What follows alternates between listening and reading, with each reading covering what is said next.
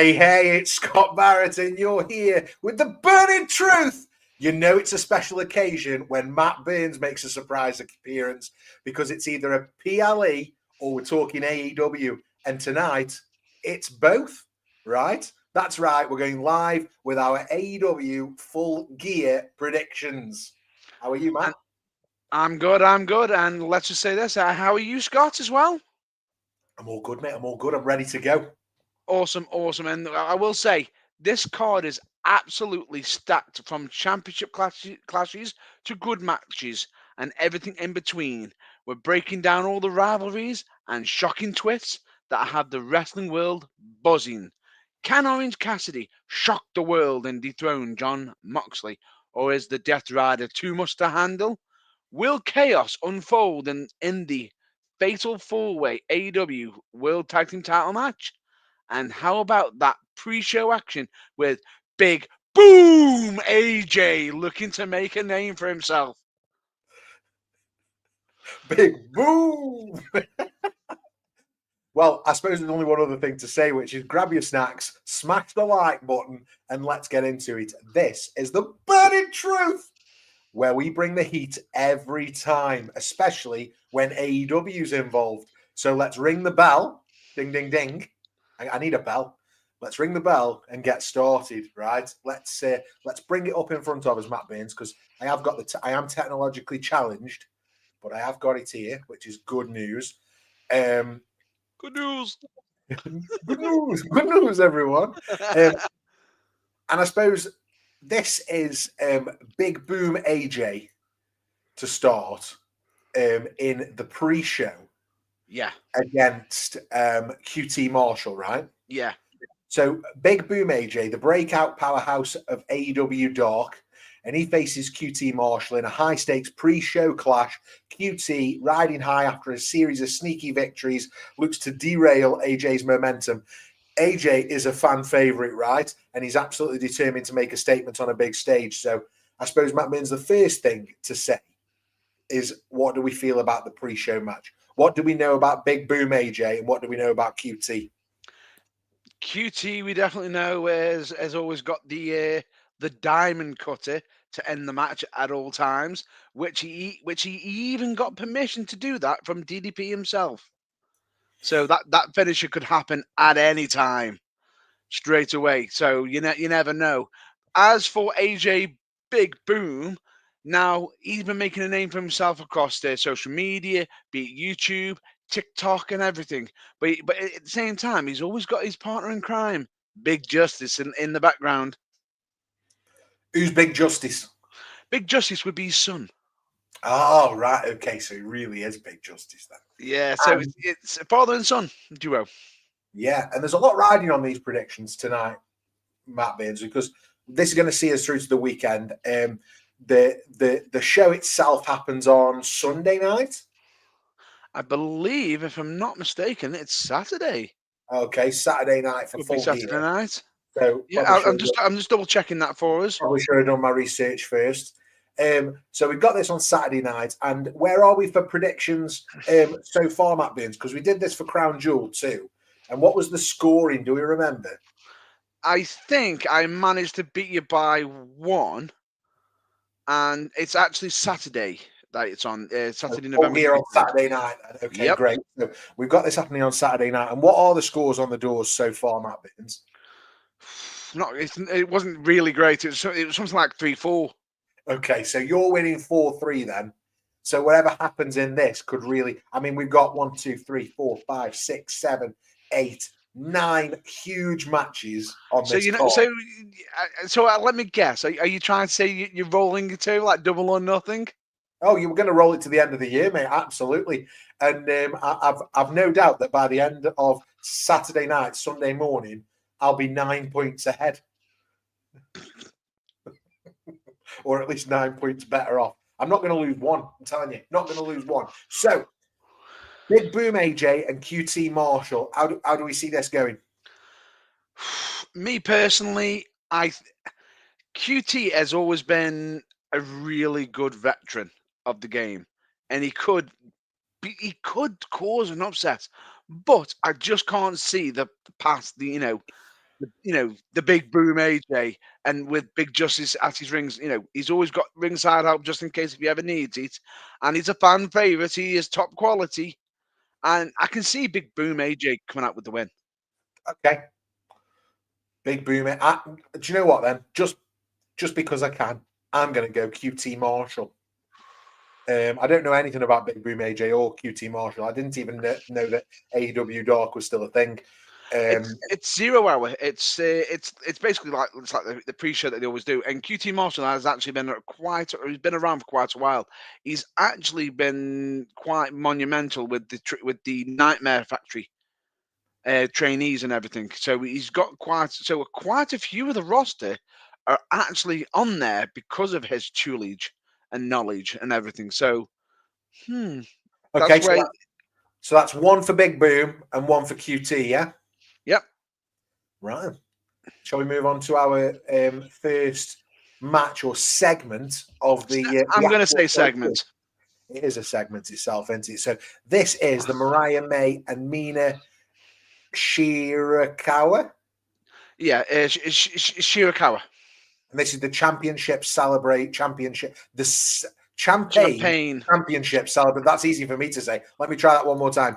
The Champagne Championship Celebration. Yeah. Can you believe I've only had one beer?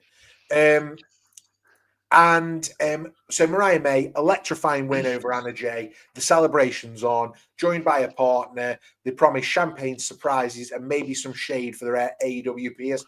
Now, this feels like it should be a TV show segment, Matt Burns. Am I wrong? I would have banked on it being a TV show segment, but it's going to be one of two things. It's either... Now, shall we make an unscored prediction for this segment? Unscored prediction, of course. Because this is completely out of left field. Because we've got either one or two things to eat. There's one or two directions it can either go. Okay. Either they end up duking it out. Yeah. Or the more likely a return is coming to hunt after Mariah May and her championship. All right, okay. And what do we think is going to happen then? Come on, let's. I have a feeling that Toni Storm's going to be coming back. Well, that is really interesting because it was reported yesterday on TJRWrestling.net, one of my new favorite websites for wrestling news, that AEW Toni Storm quits pro wrestling. And I'll take directly from the report because it's really interesting. So Toni Storm hasn't appeared in AEW since losing the Women's World title to Mariah May at All In. Although she hasn't featured in AEW, Storm has continued to wrestle in Japan and Mexico, although neither run has seen her pick up a singles win as she's failed to capture the IWGP Women's title. Storm's feud with May has been one of the high points for many fans in 2024, and those same fans have been expecting Storm to return to get her revenge. But if the woman herself is to be believed, the comeback won't be happening. And this, then, is an interview that she had with James Datta of SB Nation. And Storm said, and this is the quote, "I'm not used to being a loser. I've failed at everything. I've lost in AEW. I've lost in Japan. I've lost in Mexico. This is the last you'll hear from me again. Enjoy Mariah May as your champion. You can all enjoy that. AEW is fine without me. Everything is going well for AEW. They don't need Toni Storm." And then she closed the interview by saying, Matt Burns, ready for this? I want your reaction. Closed the interview by saying, "Chin down, tits in, don't bother watching for the shoe." So if we're to be believed there, Toni Storm is done. However, right, I'm going to throw a little flag, only because this is very similar to a interview that Kenny Omega recently did when he was discussing his own wrestling future. Yeah. Or maybe this is just Toni Storm's way of retiring the Timeless character and going down a different route. That's the route I'm thinking. I'm thinking it's just sort of move on from the Timeless character because it sort of worked to a degree, but it's the fact that you got the glamour, Mariah May now. It's sort of similar, a bit too similar to, Toni Storm, Timeless Toni Storm. So maybe she's not going to be timeless anymore. Who Maybe. knows? I suppose the other thing is she's not the only AEW women's wrestler that's potentially on for a return. True, true. Or someone to step up to the challenge, which Yeah. could be even, the three letters.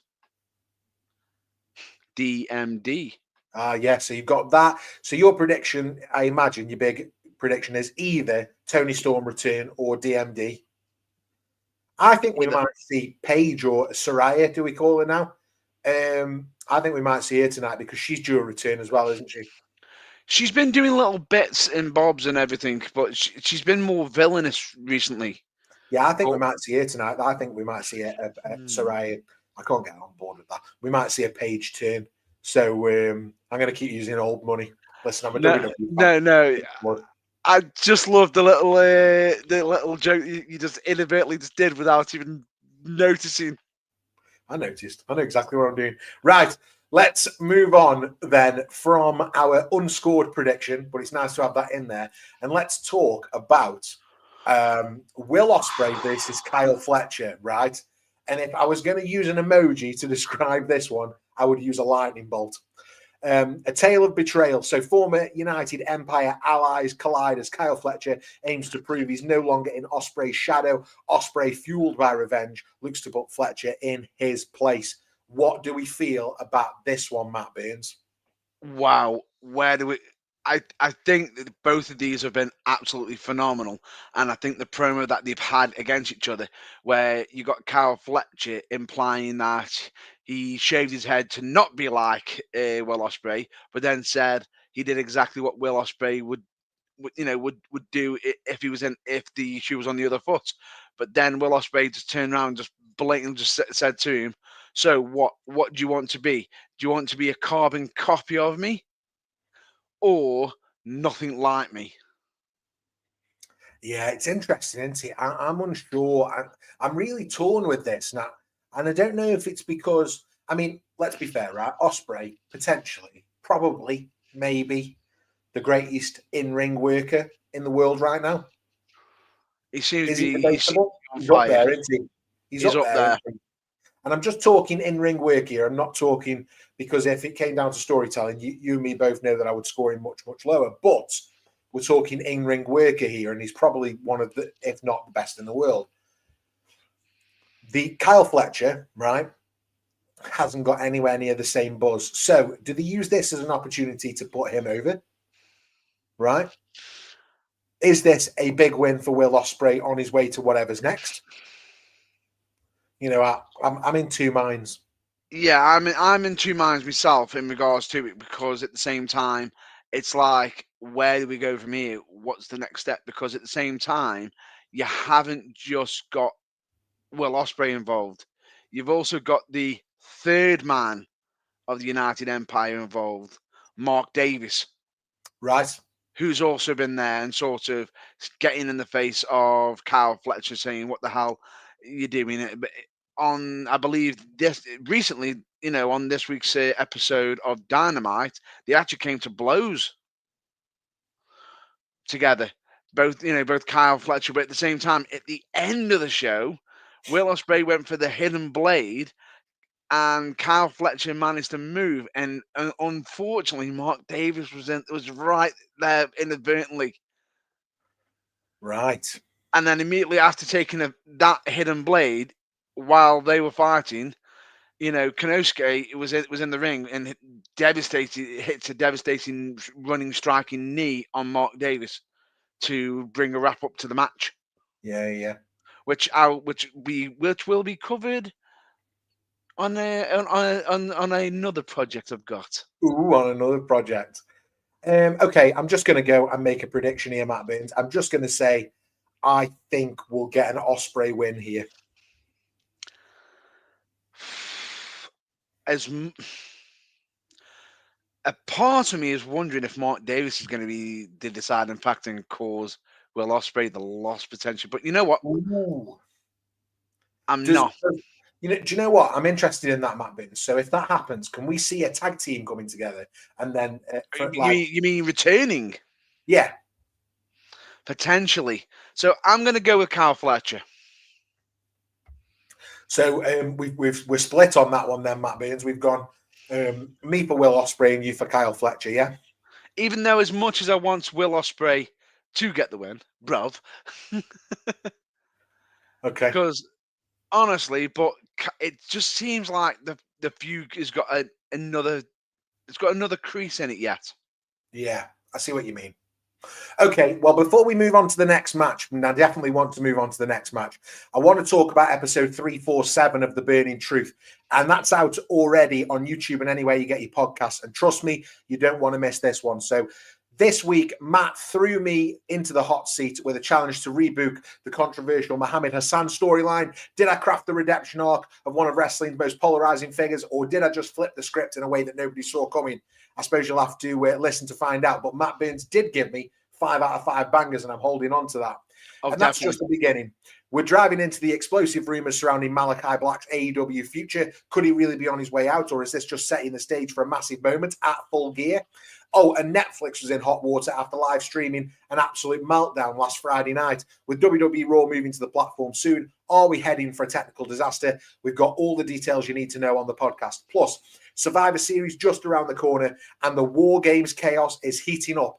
From shocking twists and team drama, you will not believe. We're breaking it all down on the pod. And in our Buried Alive segment, we revisited one of the wildest feuds in wrestling history. And I'm laughing again because it's so funny. The Big Show versus the Big Boss Man. And yes, we're talking about that funeral.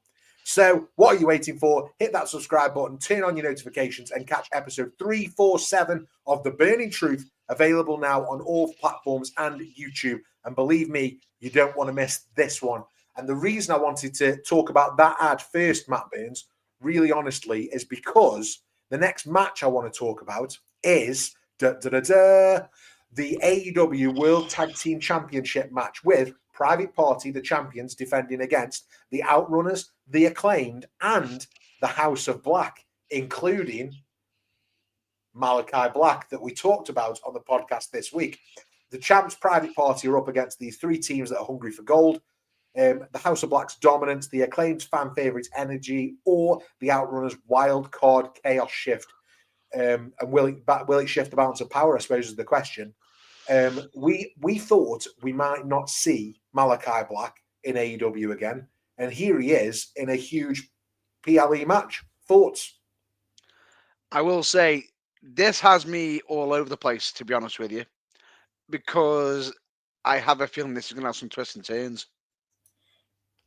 It's going to have some serious twists and turns, because it's almost like since Private Party have gained the championships, it's like they've gone like a bit of a to some.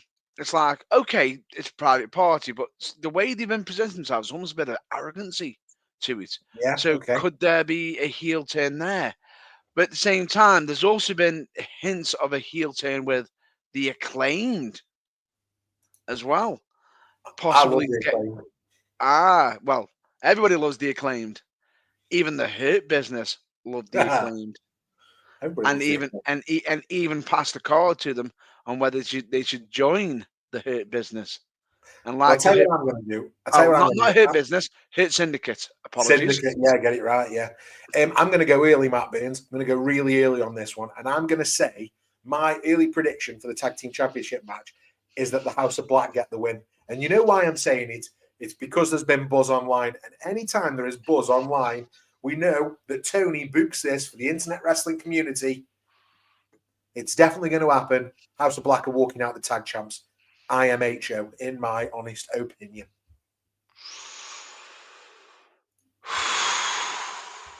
Here we go. I am going to go with a successful defense. Oh, what are you doing to me here, Matt? So you're going with a Private Party? I'm sticking with Private Party. I can't see it, I just can't see it. I feel it's too soon for them dropping it so quickly. Madness. I just feel it's too soon. Absolute madness. The House of Black are definitely coming out of here champions. We haven't agreed on any results yet, Matt. No, I know. I've noticed. It's like, what's going on? Points are going one way or the other. Or, So we got, so we can got I get none? or none, yeah. Well, in this one, definitely. So you're in for Private Party, and I'm in for the House of Black, which means probably the Acclaimed are going to win. But there you go. Or the Outrunners. No, the Outrunners, yeah. Let's next talk about Swerve Strickland versus Bobby Lashley. Now, Swerve refused to join the Hurt Syndicate, yeah? Yeah. And Bobby Lashley is out for blood. With MVP and Shelton Benjamin lurking at ringside, can Swerve overcome the odds against Lashley's brute force? No, is my answer. Really easy for me. I don't need much reasoning here. Bobby Lashley's an absolute beast, and he's going to get the win. End of. Do your worst, Matt Burns. Do me worst.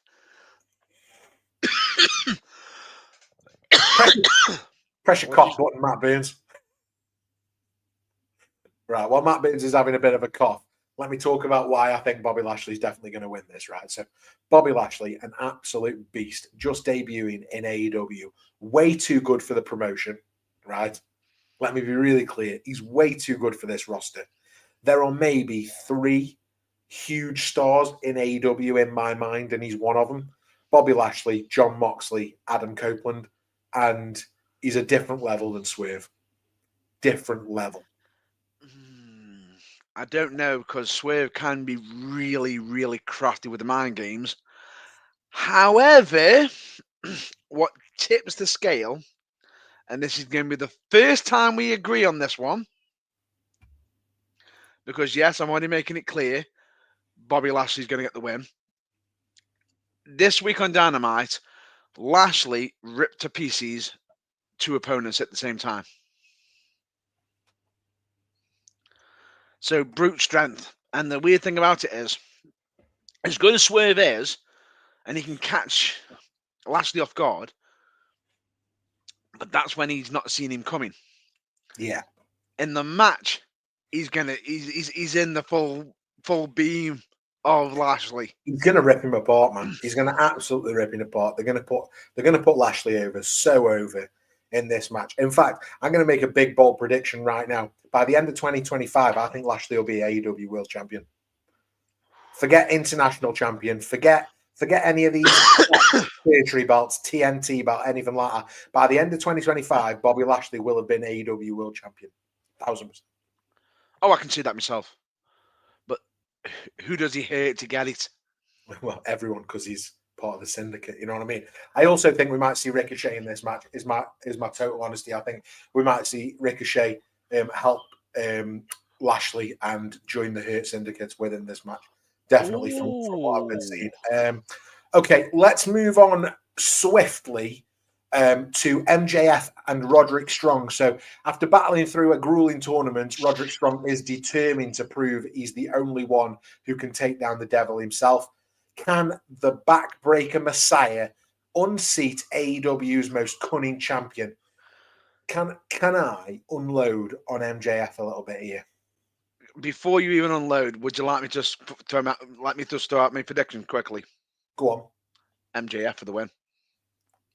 MJF, who's wrestled once this calendar year, it feels like. MJF is going to get the win simply for storyline purposes, simply because something happened on this week's episode of Dynamite that could prove vital.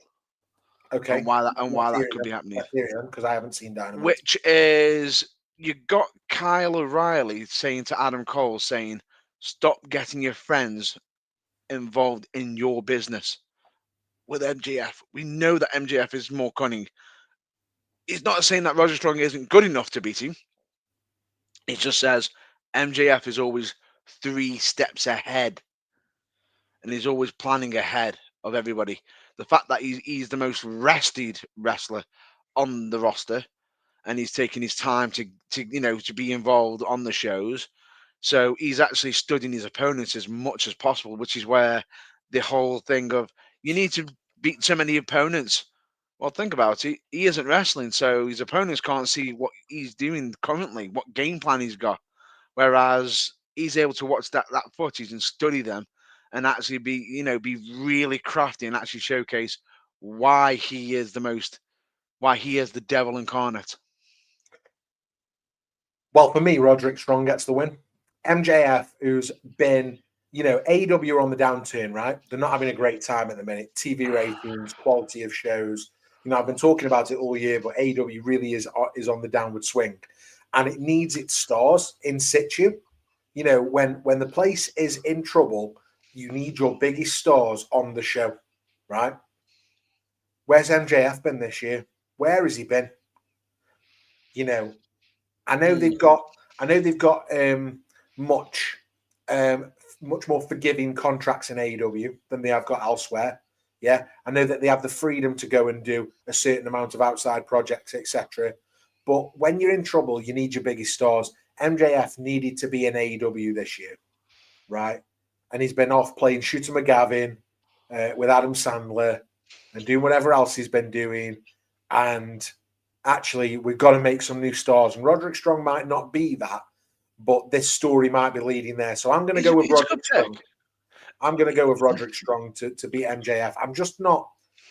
Do you know what? A couple of years ago, I would have said MJF was one of the highlights of AEW and potentially a future huge star for the business. And now I just think like he's using wrestling as a stepping stone and he won't be around for much longer. So don't get attached. Okay.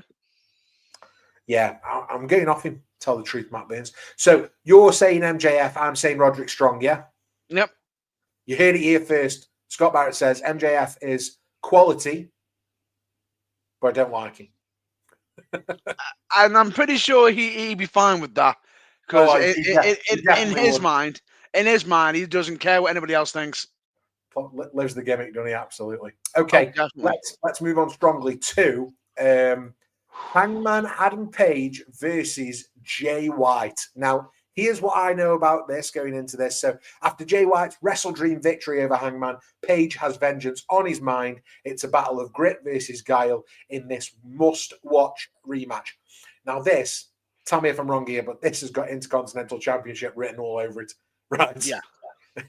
It would be, if we went back, if these two wrestlers were around in the New Generation era of the 90s, this would be the Intercontinental title match, wouldn't it? It's brilliant. And this is the second of probably a 3-match series, which is why I'm going to say Hangman Adam Page, because it'll get us to a third and final match if Jay White won the first one. It's actually more than 3-match series. But are we talking, but of the previous matches that happened elsewhere, is this the second? No. They have actually happened in AEW and everything.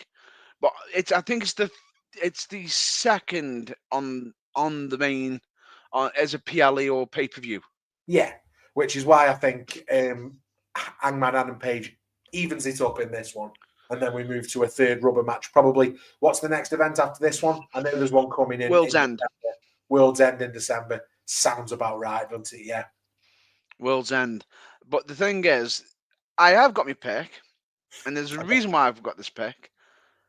Simply because the record of, I believe, so far, he's managed to get about, it's only been 1 or 2, but he hasn't actually outright pinned Jay White except for in 1 match.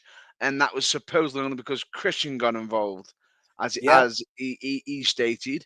Every other time, it seems like Jay White's had Page's number. Okay. It seems it, but the difference is, back then, when Jay had his first matches against him, he wasn't the the unnerved Hangman Adam Page. Now, as you can see, Adam Page is on a whole different level of crazy. Bear in mind the fact. Amazing match with Double J earlier in the year. We know how much of a big fan I am of Double J. Oh, in fact, exactly. I'm hoping lastminute.com this might become a triple threat match with Double J just so he gets a match on the pay-per-view. Throw him in there! Definitely. So you're going with Adam Page. Adam Page. That's 2 of us for Adam Page. I think that's the right decision. I don't think we got that wrong, if I'm honest, Matt Burns. Let's move on swiftly once more, this time to my least favorite wrestler in AEW. We got the TNT Championship. We got Jack Perry, the champion, defending against Daniel Garcia. Jack Perry's cocky attitude meets Daniel Garcia's pure wrestling skills. Garcia earned this shot through sheer determination. Can he shut down Jack Perry's reign, Matt Burns? What do we think? this is difficult because this is the match I can't predict the most. Okay. This is the one that I do not know. It could go either way, simply because, if I'm not mistaken, Perry has been in Garcia's head, and he has, even striking at his friends, going behind his back. Bear in mind, Jack Perry attempted to get, I believe it was Matt Minard, hooked to the back of his van, and was going to drive off with him. Right. Right. Only for Garcia to make the save. Both of them then chain him up to the front of the van and go for a ride. That wasn't this week. That was the previous week. But it's weird because the thing is, Jack's been sitting there saying, "How far are you willing to go to get this championship?" And the weird thing about it is, will Garcia go for broke just to get that championship and possibly prove Jack right, or could Jack just sort of mind games just be just to rattle him? So it Can could I ask go you either way. Can I ask you something while we're talking about Jack Perry? It's hard to talk about Jack Perry without thinking about CM Punk, right? So CM Punk's come out this week and said that he felt like he'd wasted some matches on people in AEW. Some people understand the business and some people don't. And I think, and he's talking about now being in WWE, and he says now that I think everybody here understands the business. So what do you think about that? I mean, I'm not asking for who you think he was talking about, but I'm interested in what you think about the shots fired over at AEW. The problem that you've got is the advantage that WWE have got. They've got that well-oiled machine, and they seem to have they've got their flow already in place, where AEW seems to be okay. As much as you can sit there and say, "Oh, it's been going for a few years," how can you sit there and say that? It's still a young promotion. Yeah. It's still a young promotion, so it's still trying to come to grips. And as you've said, they've got certain things that they need to deal with, certain things they need to iron out, certain things they need to bring up. Do they need to be bringing up bringing up into new stars and everything? So that's straight away the question is what they've got to be aware of is to avoid the WCW trick, well, the WCW nightmare, which is relying on the current wrestlers and not looking towards the future, because eventually the current stars are going to be moving out, possibly taking time away, and then when it comes to bringing in the next batch, they're not ready. Yeah, it's just it felt a bit out of left field. I wasn't expecting it, and I thought I couldn't not talk about AEW. I couldn't talk about AEW tonight with you and not ask you the question. You're our resident expert for AEW. I'm just the first listener for you here and giving my thoughts and opinions. But yeah, it just caught me a bit out of left field. I can't even remember that many people that Punk wrestled in AEW. I know he wrestled MJF. I think he wrestled Darby Allin. That. I mean, Samoa Joe. After that, I'm almost lost on it. He certainly wouldn't have been talking about Samoa Joe when he was talking. He even tagged with FTR as well. Yeah. So yeah, who knows? In terms of the TNT Championship, though, let's get back on task here and talk about Jack Perry and Daniel Garcia. I can't see Daniel Garcia beating Jack Perry, mate. Can't see it. As much as I would love to agree with you, yeah, I think the fact that you've now got the Young Bucks not in play, that could be the foil. Really? But, I mean, stop thinking about Jack Perry and the Young Bucks, though.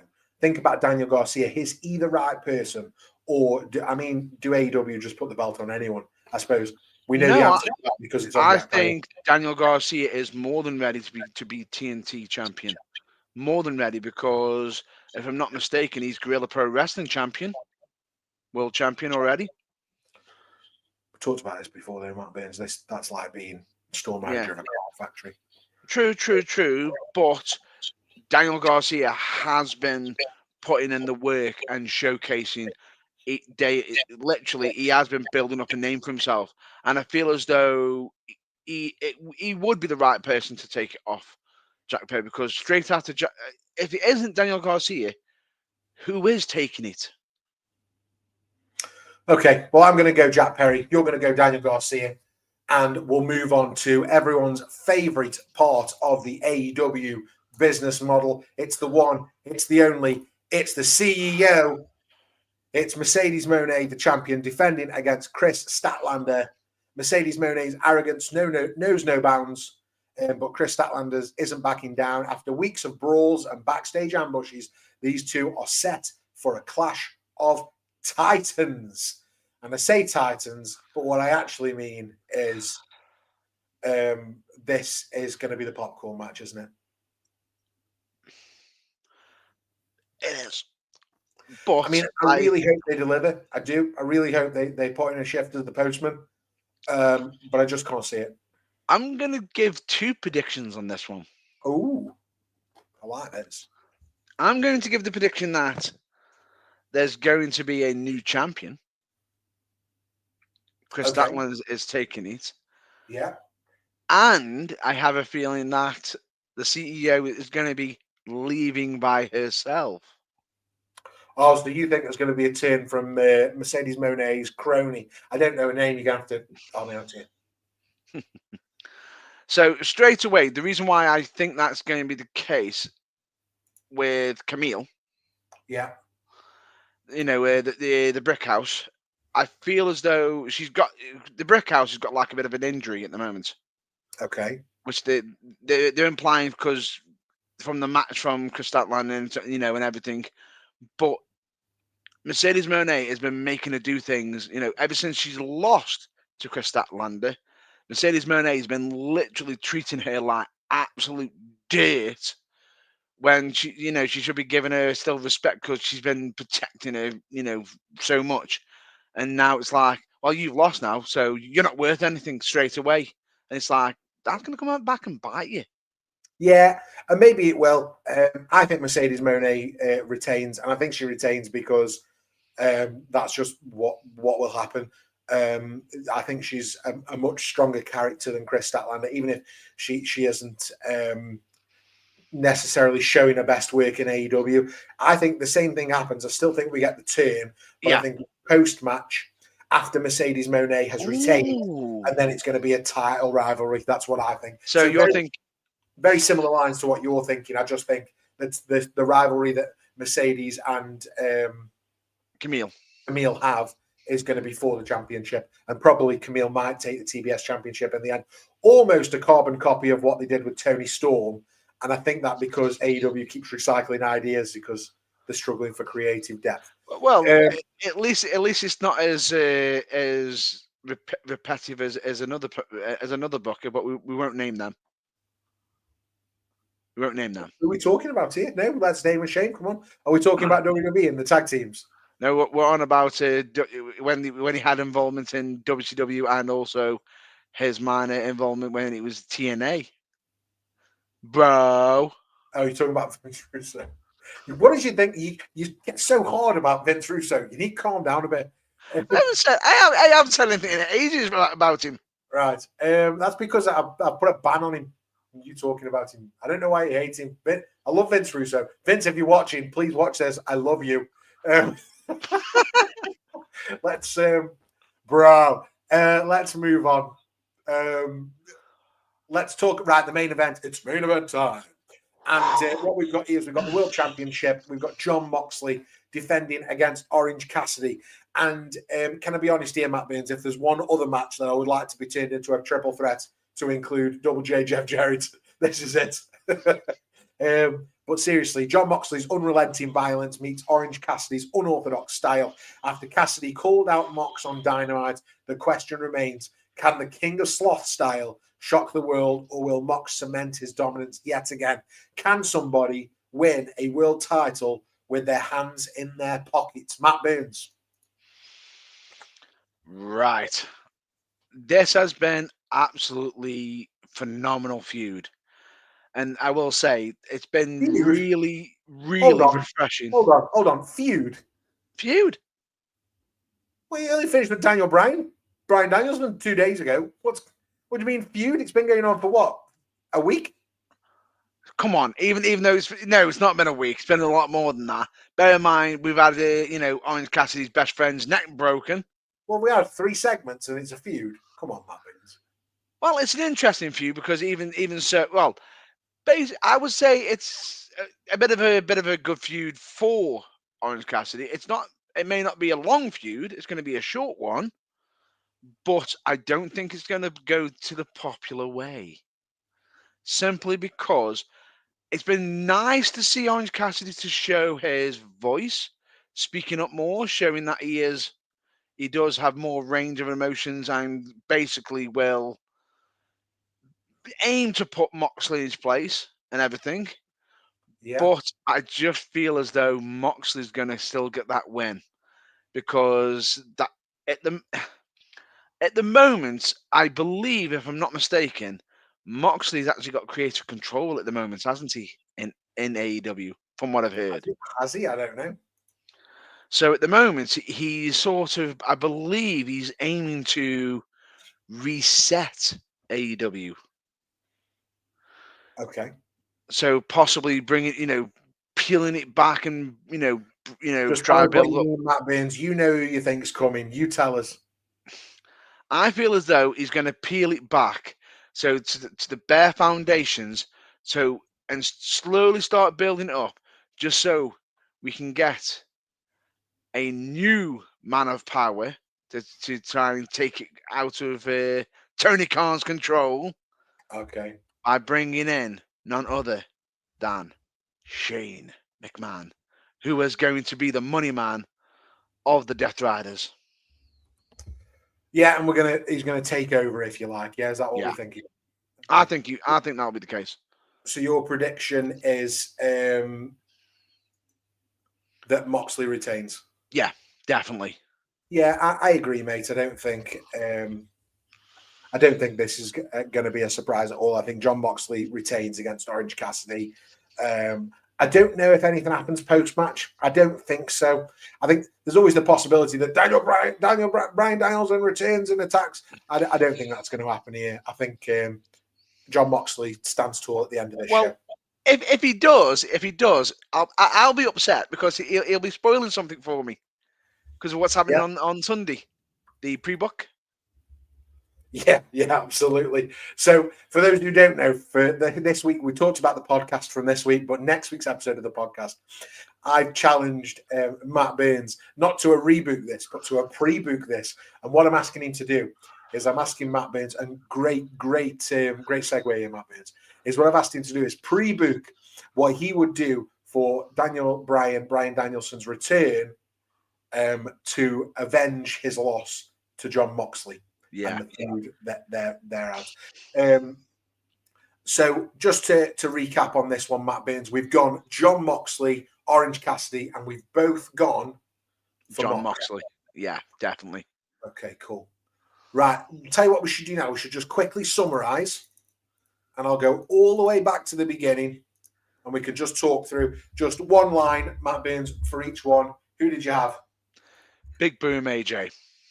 And I've gone the same. No, I went QT. No, you went QT.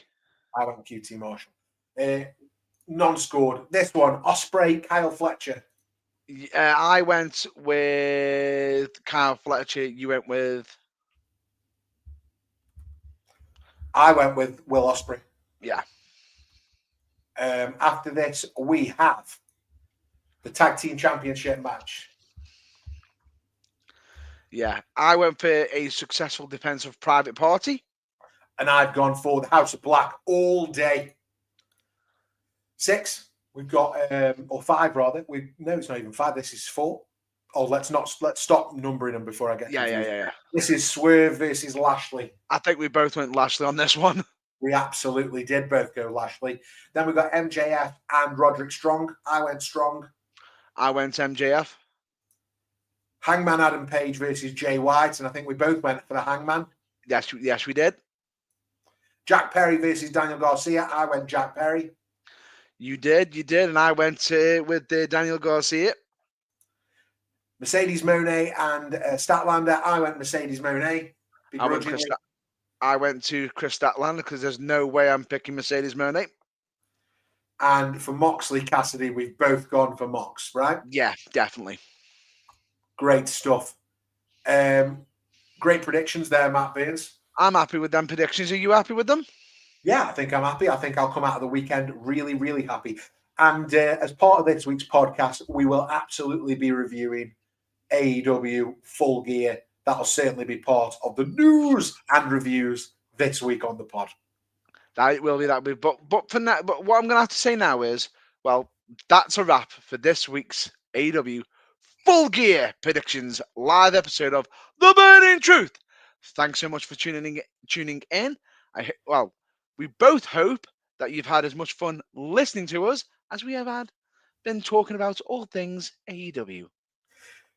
And I always say in this point, don't I get the good bit. I have to take you through all the hashtags. So if you want to keep that conversation going, tell us how wrong Matt's predictions are. You can find us on Twitter at TBT Live UK, Instagram at The Burning Truth, and on Facebook at The Burning Truth. Plus, catch all our episodes, live reactions, and even more wrestling content on YouTube and TikTok at The Burning Truth 251. If you've got questions, ideas, or just want to yell at us, you can email us at info@theburningtruthuk.com. Don't forget to like, subscribe, and drop us a review and leave your predictions for AEW Full Gear in the comments below. All that will really help us out. And for all the latest updates, you can check out the website, theburningtruthuk.com. And until next time, stay hyped, enjoy the wrestling, and DFTBA, which is, in case you don't know, don't forget to be awesome. That's this week's Burning Truth. Excelsior.